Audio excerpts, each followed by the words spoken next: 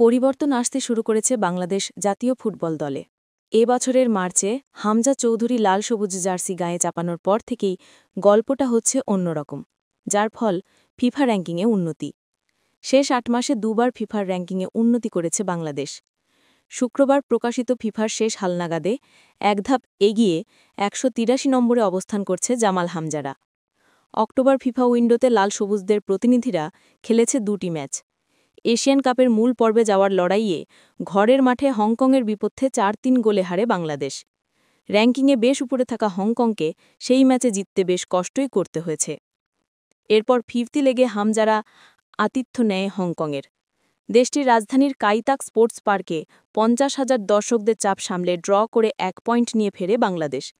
আর তাতেই ফিফার সুখবর পেয়েছে দলটি। বাংলাদেশ আগালেও দুধাপ পিছিয়েছে হংকং।